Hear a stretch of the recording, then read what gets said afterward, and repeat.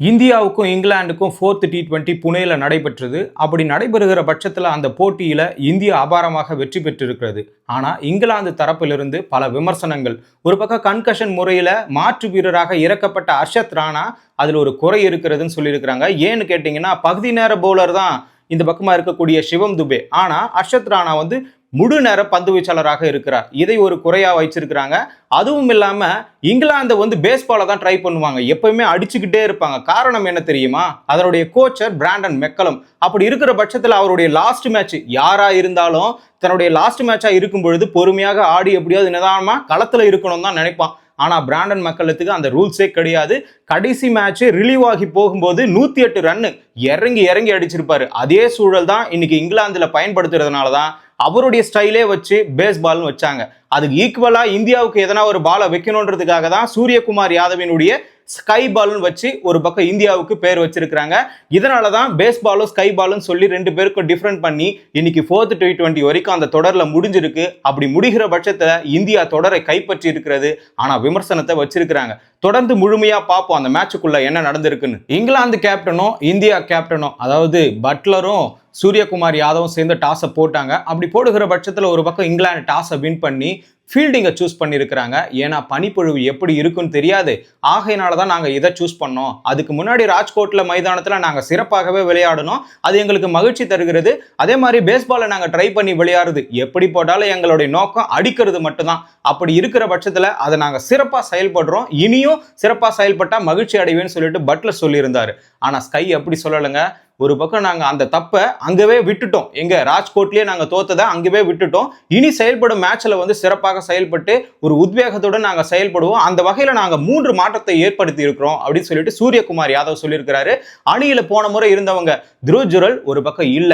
அவருக்கு பதிலாக தான் ரிங்கு சிங் சேர்க்கப்பட்டார். அதே மாதிரி வாஷிங்டன் சுந்தர் பதிலா ஆறுசாமி சென்னை சூப்பர் கிங்ஸ் அணியினுடைய ஆறுசாமியான சிவம் துபே சேர்க்கப்பட்டார். அதுவும் இல்லாம முக்கியமான நபர், அதாவது மிகப்பெரிய ஒரு பவுலர், அவரை சாம்பியன்ஸ் டிராஃபிக்கு தயார்படுத்துறோம்னு சொல்லி கொண்டு இருக்கக்கூடிய ஒரு நபர் முதலா இப்பதான் போடுகிறார். அப்படி இருக்கிற பட்சத்துல முகமது ஷமி அவர்களுக்கு அவருடைய ஓவர் சரிப்பட்டு வரல. அந்த மேட்ச்ல அர்தீப் சிங்கே நாங்க எடுத்துக்கிறோம்னு சொல்லிட்டு மீண்டும் கம்பீர் அவர்கள் அர்தீப் சிங்கே போட்டிருக்கிறார். இந்த மாதிரி 3 மாற்றங்களை ஏற்படுத்தி இருக்கிறார். அதுவும் இல்லாம இங்கிலாந்து தரப்புல ஒரு பக்கம் தோல்வியை கொடுத்துட்டே இருக்காங்கன்ற காரணத்துக்காக மார்க்விட தூக்கிட்டு மஹமூத சேர்க்கப்பட்டிருக்கிறார். இவர் தாங்க இந்த மேட்ச்ல டர்னே. அதுவும் இல்லாம இன்னொரு நபர் ஜேமி ஸ்மித்துக்கு காயம் ஏற்பட்டிருக்கக்கூடிய நிலையில அவருக்கு பதிலா ஜேக்கப் பெத்தல் சேர்க்கப்பட்டிருக்கிறார். இப்படிதாங்க 2 அணியும் களத்துல இறங்கினாங்க. வழக்கம் போல இந்தியாவின் சார்பாக சஞ்சு சாம்சனும் அபிஷேக் சர்மாவும் ஓபனிங் ஆட வந்தாங்க.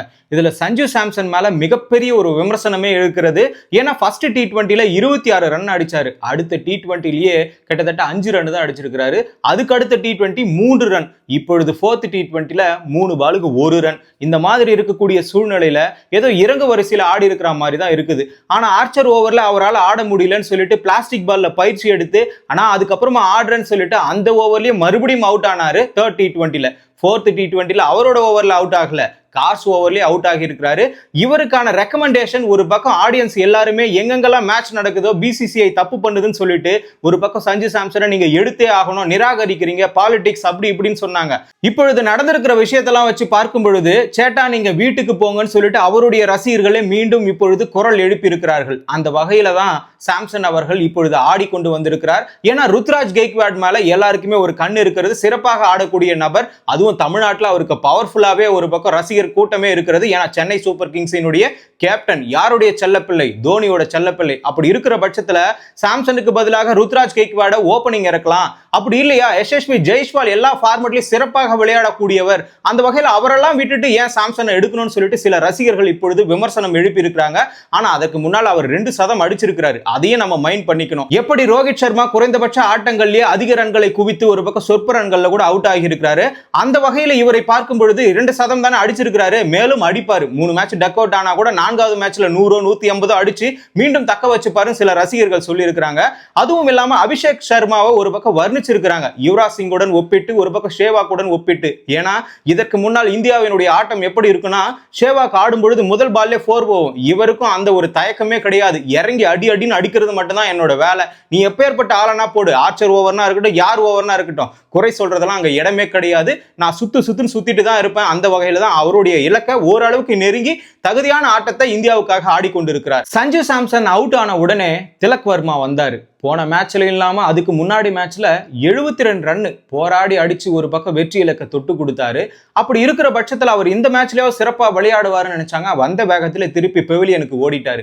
ஏன்னா அவர் பற்றிய வரலாறு கொஞ்ச நாள் பேசப்பட்டது. கொஞ்ச நாள்லாம் இல்ல, கொஞ்ச நாளைக்கு முன்பாக ஒரு நாள் அடித்த ஆட்டத்தினால அவருடைய வரலாறு கிளறி பார்த்தாங்க. இப்பொழுது அவர் மேல எதிர்பார்ப்பு அதிகமாக இருக்கிறது. அதுவும் இல்லாம கோலியோடு ஒப்பிட்டு பார்க்கிறார்கள். இவர் கண்டிப்பா அந்த அளவுக்கு இருப்பாரு, அந்த பையனுக்கு பயம்ன்ற மாதிரி எல்லா ரேஞ்சிலையும் பேச ஆரம்பிச்சுட்டாங்க. 0 ரன்னுக்கு அவுட் ஆகி பெவிலியன் திரும்பி இருக்கிறாரு. அதற்கு அடுத்தார் வந்தார் நம்ம ஸ்கைபால், அதாவது சூரியகுமார் யாதவ், இந்திய அணியினுடைய கேப்டன். என்னைக்காவது சோபிப்பாரு, ஜெயிப்பாரு அப்படின்னு சொல்லிட்டு நினைச்சா என்னைக்குமே ஆட மாட்டார் போல. தற்பொழுது 4 பாலுக்கு 0 ரன் சொல்லிட்டு அவரும் பெவிலியன் திரும்பி விட்டார். இப்படி இருக்கக்கூடிய சூழ்நிலையில ஒரே ஓவர்ல இந்த மாற்றம் நடந்திருக்கிறது. இந்த சூரியகுமார் யாதவும் திலக் வர்மாவும் மஹமத் ஓவர்ல ஈஸியாக அவுட் ஆகி அந்த ஓவர் மேடன் வேற ஆகி இருக்கிறது. இப்படி இருக்கக்கூடிய சூழ்நிலையில அடுத்து என்ன நடக்க போகுதுன்னு யார் எந்த ரசிகருக்குமே தெரியாது. ஏன்னா எல்லாம் ஸ்டேடியமே ஒரு பக்கம் அமைதியா இருந்துச்சு. உடனே வந்தவர் ரிங்கு சிங். அப்படி இருக்கிற பட்சத்துல ஒரு பக்கம் அபிஷேக் சர்மாவுடன் இணைந்து கொஞ்ச நேரம் போராடினார். அந்த வகையில குறிப்பிட்ட ரன்னை 2 பேருமே சேர்த்து இருந்தாங்க. ஆனா ரொம்ப நேரம் நீடிக்க முடியல. ஸ்பின் ஓவர்ல, ரஷீத் ஓவர்ல ஒரு பக்கம் அபிஷேக் சர்மா அவுட் ஆகினார். உடனே வந்தார் ரிங்கு சிங். அவர் கொஞ்ச நேரம் ஆட்டத்தை தாக்கு பிடிச்சு அபிஷேக் சர்மாவுடன் இணைந்து மிகப்பெரிய ஒரு ஆட்டத்தை வெளிப்படுத்தி அபிஷேக் சர்மா 29 ரன்ல ரஷீத் ஓவர்ல அவுட் ஆகி இருக்கிறாரு. ஸ்லோ பால் போட்ட உடனே கேட்ச் ஆகி அவரும் வெளியேறி விட்டார். ரிங்கு சிங்கும் அதே மாதிரி தாங்க. சிவம் துபே சொல்லவே வேண்டாம், சிக்ஸர் மணி, அதாவது சிஎஸ்கேவினுடைய மிகப்பெரிய ஒரு நாயகன். 34 பந்துகள்ல 53 ரன்னை அடித்து, அதே மாதிரி ஹார்திக் பாண்டியாவும் 30 பந்துகள்ல 53 ரன் அடித்தார். 2 பேரும் சேர்ந்து மிகப்பெரிய ஒரு பார்ட்னர்ஷிப். 2 பேருமே ஆல்ரவுண்டருங்க. அப்படி இருக்கிற பட்சத்துல ஆட்டம் கதி கலங்கி விட்டது. அதை தான் சூரியகுமார் யாதவ் பிரஸ் மீட்ல கூட சொல்லியிருப்பாரு. சிறப்பான ஆட்டத்தை இருவரும் வெளிப்படுத்தினாங்க. நாங்க ஏமாந்துட்டோம். 3 பேர் ஒரே ஒரு ஓவர்ல விக்கெட் ஆனதுதான் மிகப்பெரிய ஒரு இழப்பு. அந்த வகையில நாங்க அதை பண்ணது தப்பு தான் சொல்லிட்டு சூரியகுமார் யாதவ் பிரஸ் மீட்லயே ஒத்துக்கிட்டு இருக்காரு. அதுக்கப்புறமா ஹர்தீப் சிங் ரன் அவுட் ஆக, ஒரு பக்கம் சிவம் துபேக்கு லாஸ்ட் ஓவர்ல தலையில அடிபட்டு கன்கஷன் இஷ்யூ இப்ப பெருசா பேசப்பட்டு இருக்கிறது. அதற்கான காரணமே அந்த தலையில பால் பட்டதுதான். அதுவும் இல்லாம சிவம் துபேவும் ரன் அவுட் ஆகி இருக்கிறாரு. ஹார்திக் பாண்டியாவும் அவுட் ஆகிட்டாரு. இப்படி இருக்கக்கூடிய சூழ்நிலையில இந்தியாவின் தரப்புல 181 ரன்னுக்கு 9 விக்கெட் என்ற இலக்கை ஒரு பக்கம் இங்கிலாந்துக்கு கொடுத்திருக்காங்க. ஆக மொத்தம் 182 ரன் 120 பாலுக்கு அடிச்சா போதும் அப்படின்னு சொல்லிட்டு இங்கிலாந்து களத்துல இறங்கினாங்க. முத இறங்குனது சால்ட் தாங்க. சால்ட் இன்னதான் உப்பு போட்டு சாப்பிட்டு இருக்காரு போல. இந்த மேட்ச்ல கரெக்டாவே ஆடிட்டாரு. கிட்டத்தட்ட 23 ரன் அடிச்சிருந்தாரு. அதே மாதிரி டக்கட் ஆடுவாருன்னு சொன்னாங்க. ஆனா இந்த மேட்ச் பொலக்க அடிச்சிட்டாரு. 39 ரன், 7 4 1 6. இப்படி அடிச்சா என்னடா பண்றது? 60 ரன் கிட்டத்தட்ட ஓப்பனிங் பார்ட்னர்ஷிப்பா போயிருச்சு. இது எப்படி பிரேக் த்ரூ பண்றதுன்னு பார்த்தா ரவி பிஷ்ணாய் சின்ன பையன் தாங்க. அந்த பால் அந்த கைக்குள்ள அடங்குதா இல்லையானே தெரியல. ஆனா அவர் போட்ட பந்து சுழல்ல ஒரு பக்கம் மாட்டிக்கிட்டாரு. யாரு? அதிரடியா ஆடிக்கொண்டிருந்த டக்கட் தாங்க அங்க அவுட் ஆகி இருக்கிறாரு. Catch out. அதுவும் இல்லாம ரவி பிஷ்ணாய் ஓவர்ல. அப்படி இருக்கக்கூடிய சூழ்நிலை அடுத்ததா ஆடிக்கொண்டிருப்பவர், நன்றாகவே ஆடிக்கொண்டிருப்பவர் யாருன்னு பாத்தீங்கன்னா அந்த சால்ட் தான். இந்த சால்ட்டை எப்படா எடுக்கிறதுன்னு யோசிச்சாங்க. நல்ல திறமை வாய்ந்த துணை கேப்டனான அக்சார் பட்டேல் கிட்ட ஓவரை கொடுத்து போல்டு எடுத்திருக்கிறாங்க. அப்படியே கொஞ்சம் நகர்ந்து போனா பட்லர் பார்த்தாலே ஒரு பயம். ஏன்னா தனி மனுஷனா இந்த இங்கிலாந்து அணிக்கு ஒரு பக்கம் ஆட்டத்தை ஆடி கொடுத்து இந்தியாவுக்கு பயத்தை ஏற்படுத்தி கொண்டிருப்பவர் இவர் மட்டும்தான். கேப்டன் வேற கொஞ்சம் சுமூகமா ஆடணும்னு நினைச்சிருப்பாரு.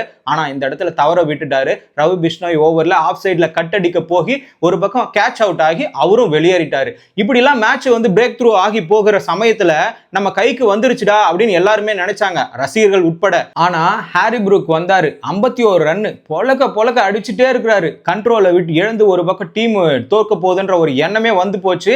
அப்படி இருக்கிற சமயத்துல தான் பிரேக் த்ரூ பண்றதுக்கு நம்ம தமிழக வீரர் தளபதி ரசிகன் சொல்லக்கூடிய வருண் சக்கரவர்த்தி அவர்கள் அவருடைய சுழல்ல மாட்டிக்கிட்டாரு. ஆல்ரெடி சவுத் ஆப்பிரிக்கா ஒரு சீரீஸ்ல அதிகமாக விக்கெட்டை எடுத்திருக்கக்கூடிய ஒரே நபர் யாருன்னா வருண் சக்கரவர்த்தி தான். 12 விக்கெட்டுகளை அந்த சவுத் ஆப்பிரிக்கா சீரீஸ்ல 2024 எடுத்திருப்பாரு.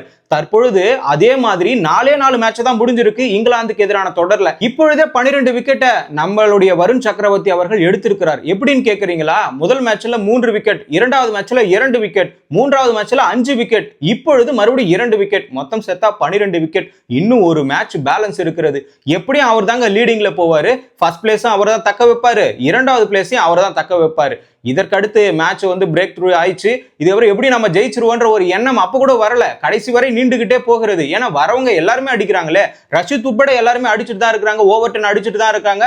ஆனா கடைசியில ஒரு பக்கம் கட்டுப்பாட்டுல, அந்த சுழலினுடைய கட்டுப்பாட்டுல எல்லாருமே தடுமாறி நின்னுட்டாங்க. இங்கிலாந்து பொறுத்த வரைக்கும் ஃபாஸ்ட் பவுலிங்ல பொழந்து கட்டுவாங்க, ஆனா ஸ்பின் பவுலிங் எப்படி ஆடுறதுனே தெரியல. ஒரு பக்கம் பட்லர் தொடக்கத்திலே சொன்னாரு, படிப்பொழிவு எப்படி இருக்குன்னே எங்களுக்கு தெரியாது. அதெல்லாம் காரணம் கிடையாது, அவர்களுக்கு சுழல் பந்துல ஆடுறது மிகப்பெரிய ஒரு கஷ்டம். இதுல வேற 4 ஸ்பின்னர் வச்சு 3 ஸ்பின்னரை வச்சு இந்தியா பயன்படுத்துறதுனால அவங்களுக்கு எப்படி பேலன்ஸ் பண்றதுன்னு தெரியாம தான் தடுமாறி ஒவ்வொரு மேட்சை கத்துக்கிட்டு வராங்க. ஸ்பின்ல அடிக்கிறது அவங்க மிகப்பெரிய ஒரு விஷயமா பேசுறாங்க.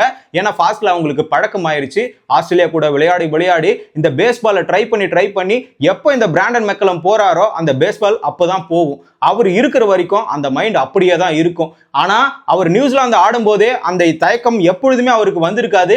இறங்குனா அடிதான். அது யாரு, சென்னை சூப்பர் கிங்ஸ்ல இருந்தாலும் சரி, கேகேஆர்ல இருந்தாலும் சரி, எந்த டீம்ல இருந்தாலும் பொழந்து கட்டுவாரு. அதே வகையில தான் இங்கிலாந்து பேஸ்பால்னு சொல்லிட்டு இந்த இந்திய கிரிக்கெட்டுக்கு மட்டுமல்ல உலக கிரிக்கெட்டுக்கே அதை அறிமுகப்படுத்தி கொண்டிருக்கிறார்கள். ஆனா அவங்களால சிறப்பா செயல்பட முடியுதானா? பட்லர் விட்டு கொடுக்காம பிரஸ் மீட்ல ஒரு பெருமையாக தான் பேசிக் கொண்டிருக்கிறார். இப்பொழுது என்ன பிரச்சனைனா கன்கஷன் தாங்க பிரச்சனை. இந்த கன்கஷன் சொல்லக்கூடியது மூளை இழச்சின்னு சொல்லுவாங்க. பால் தலையில பட்டா ஒரு நபர் வந்து சுயநினைவை இழந்துருவாங்க. சோ அவங்களுக்கு பதில் இன்னொரு பிளேயர் மாற்று வீரராக இறங்கலாம் அப்படின்னு சொல்லிட்டு ஒரு விதி ஐசிசில இருக்கிறது. சிவம் துபேக்கு தலையில அடிபட்டவுடன் அவர் ஆடினாரு. நான் ஆடுறேன்னு சொல்லிட்டு ஆடிட்டு ரன் அவுட் ஆகி போகிட்டாரு. ஆனா ஃபீல்டிங்ல 2 ஓவர் நின்னாரு இந்தியாவின் சார்பாக. நின்ன உடனே அவருக்கு என்ன பண்றதுன்னே புரியல, ஒரு பக்கம் ஆட முடியல. அப்படி இருக்கிற பட்சத்துல கௌதம் கம்பீர் தான் இந்த வேலையை ட்ரை பண்ணாரு. அப்படி என்ன பண்ணாருன்னா, ஒரு பக்கம் இவருக்கு பதிலாக மாற்று வீரர் இங்க அப்ளை பண்ணது என்னன்னா, ஒரு பக்கம் பட்லர் இவருக்கு ஈக்குவலா இருக்கக்கூடிய நபர், அதாவது பகுதி நேர பவுலர் மட்டும் தானே நீங்க அறிமுகப்படுத்தணும். ஏன் அர்ஷத் ராணா முழு நேர பந்து வீச்சாளர், அப்படி இருக்கிற பட்சத்தில் அவரை ட்ரை பண்ணா அவர் நல்லாவே வீசுவாரு. ஆனா இங்க சிவம் துபே அவர்கள் ஒரு பகுதி நேரம் ஆல்ரவுண்டர், அப்படி இருந்தா நாங்க எப்படி ஆடுறதுன்னு சொல்லிட்டு கம்பேர் கிட்ட அப்பீல் பண்ணாரு. ஆனா அவங்க அதை ஏத்துக்கல. அப்படி இருக்கிற பட்சத்துல தொடர்ந்து ஆடின உடனே இப்பொழுது ஜெயிச்ச உடனே இவங்க வந்து ஃபேக்கா ஜெயிச்சுட்டாங்க. ஏன்னா இங்கிலாந்து ஒரு வாட்டி நியூசிலாந்து கூட வேர்ல்டு கப் ஃபைனல் ஆடும்போது ஒரு ஃபேக்கா ஆடுனாங்கன்னு சொல்லிட்டு ஒரு விமர்சனம் இருந்தது. அதை விட இது எவ்வளவோ மேலாடுதுன்னு சொல்லிட்டு இங்கிலாந்து ரசிகர்கள் ஒரு பக்கம் இது இப்போ விமர்சனம் எழுப்பி இருக்கிறாங்க. அந்த வகையில இது முழுக்க வெற்றி தானே தவிர இதுல குளறுபடி நடந்தது உண்மைதான். அந்த விதி வந்து பயன்படுத்தியது ஐசிசி அந்த தரப்பில் இருந்து தானே தவிர மற்றபடி இந்தியா டைரக்டா எடுக்கலையே. அந்த விதி இருக்கிறதுனால தான் அதை பயன்படுத்தினாங்க. எப்படி நீங்க இங்கிலாந்து வந்து நியூசிலாந்துக்கு எதிராக அந்த விதியை பயன்படுத்தினாங்களோ அதே மாதிரி தான் இப்ப இருக்கக்கூடிய அந்த ஓட்டையை பயன்படுத்தி கம்பீர் அவர்கள் சுமூகமாக அவரை அர்ஷத் ராணாவை பயன்படுத்தி 3 விக்கெட் கிட்டத்தட்ட 33 ரன் தான் விட்டு கொடுத்தாரு. அவர் தான் வெற்றி பாதைக்கு திருப்பியதுல முக்கிய பங்காற்றி இருக்கிறார். அதே மாதிரி வருண் சக்கரவர்த்தி மறக்க வேண்டிய ஆள் இல்ல, அவரும் சிறப்பாக செயல்பட்டார். இப்போ சீரீஸ் நம்ம கைக்கு வந்து விட்டது. ஆனா 5th T20ல என்ன நடக்கும் சொல்லிட்டு கமெண்ட்ல நீங்க சொல்லுங்க.